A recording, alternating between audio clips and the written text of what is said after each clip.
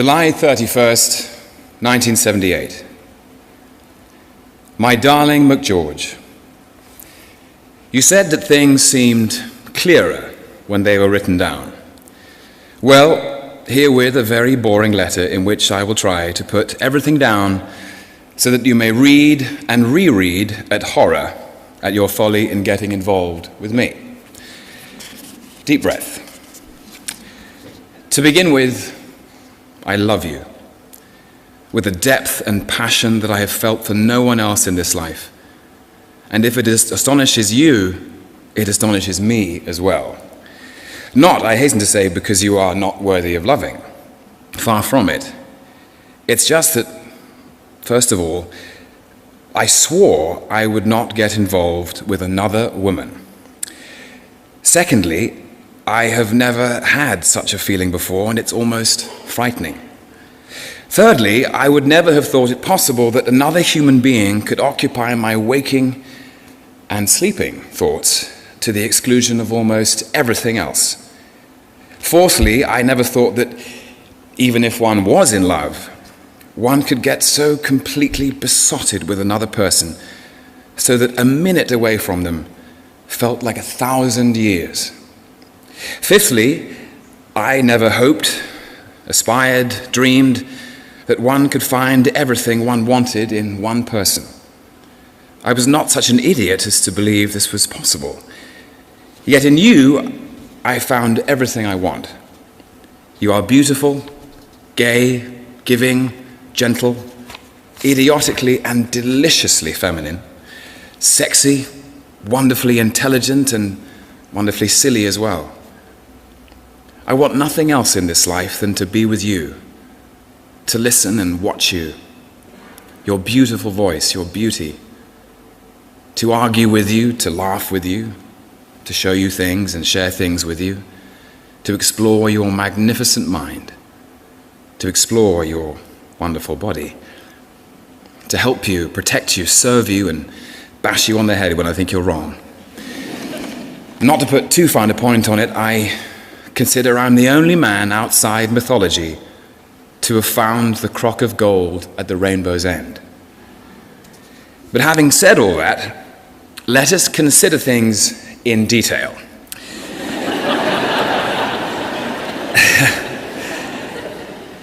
Don't let this become public, but, well,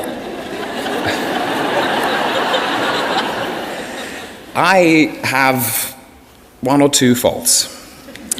Minor ones, I hasten to say.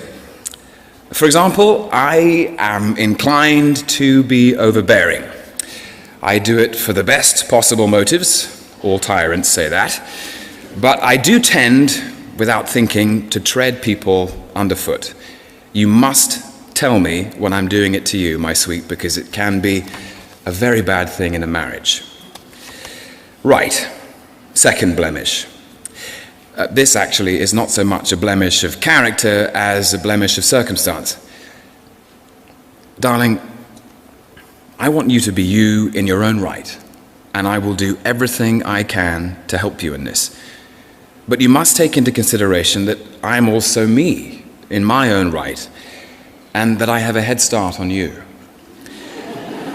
What I'm trying to say is that you mustn't feel offended if you are sometimes treated simply as my wife. Always remember that what you lose on the swings, you gain on the roundabouts. But I am an established creature in the world, and so on occasions you will have to live in my shadow, and nothing gives me less pleasure than this, but it is a fact of life that has to be faced. Third, and very important and nasty blemish, jealousy. I don't think you know what jealousy is, thank God, in the real sense of the word. I know that you felt jealousy over Lincoln's wife and child, but this is what I call normal jealousy, and this, to my regret, is not what I've got. What I have got is a black monster that can pervert my good sense, my good humor, and any goodness that I have in my makeup. It is really a Jekyll and Hyde situation. My hide is stronger than my good sense and defeats me, hard though I try. As I told you, I've always known that this lurks within me, but I could control it, and my monster slumbered, and nothing happened to awake it. And then I met you, and I felt my monster stir and become half awake when you told me of Lincoln and others you've known, and with your letter, my monster came out of its lair, black, irrational, bigoted, stupid, evil, and malevolent. You will never know how terribly corrosive jealousy is. It is a physical pain, as though you'd swallowed acid or red-hot coals. It is the most terrible of feelings. But you can't help it. At least I can't. God knows I've tried. I don't want any ex-boyfriend sitting in church when I marry you. On our wedding day, I want nothing but happiness, both for you and me. And I know I won't be happy if there is a church full of your ex-conquests. When I marry you, I'll have no past, only a future. I don't want to drag my past into our future, and I don't want you to do it either. But remember, I am jealous of you because I love you. You're never jealous of something you don't care about. Okay, enough about jealousy. Now let me tell you something. I have seen 1,000 sunsets and sunrises on land where it floods forest and mountains with honey-colored light, at sea where it rises and sets like a blood orange in a multicolored nest of cloud, slipping in and out of the vast ocean. I've seen 1,000 moons, harvest moons like gold coins, winter moons as white as ice chips, new moons like baby swan's feathers. I've seen seas as smooth as if painted, colored like shot silk or blue as a kingfisher, or transparent as glass or black and crumpled with foam, moving ponderously and murderously. I felt winds straight from the South Pole, bleak and wailing like a lost child. Winds as tender and warm as a lover's breath. Winds that carried the astringent smell of salt and the death of seaweeds. Winds that carried the moist, rich smell of a forest floor. The smell of 1,000,000 flowers. Fierce winds that churned and moved like the sea, like yeast, or winds that made the waters lap at the shore like a kitten. I've known silence. The cold, earthy silence at the bottom of a newly dug well. The implacable, stony silence of a deep cave. The hot, drugged midday silence, when everything is hypnotized and stilled into silence by the eye of the sun. The silence when great music ends.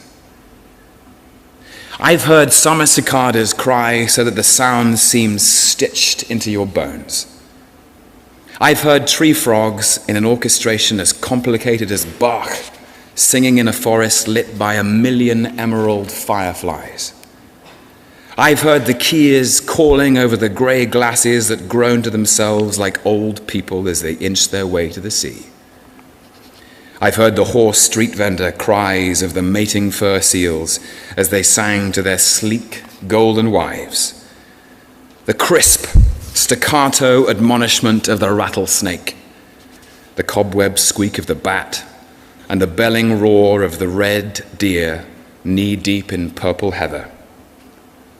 I've heard wolves baying at a winter's moon, red howlers making the forests vibrate with their roaring cries. I've heard the squeak, purr, and grunt of 100 multicolored reef fishes. I have seen hummingbirds flashing like opals around a tree of scarlet blooms, humming like a top. I've seen flying fish skittering like quicksilver across the blue waves, drawing silver lines on the surface with their tails. I've seen spoonbills flying home to roost like a scarlet banner across the sky. I've seen whales, black as tar, cushioned on a cornflower blue sea, creating a Versailles of fountain with their breath. I've watched butterflies emerge and sit, trembling while the sun irons their wings smooth. I've watched tigers like flames mating in the long grass. I've been dive-bombed by an angry raven, black and glossy as the devil's hoof. I've lain in water warm as milk, soft as silk, while around me played a host of dolphins. I have met 1,000 animals and seen 1,000 wonderful things. All this I did without you.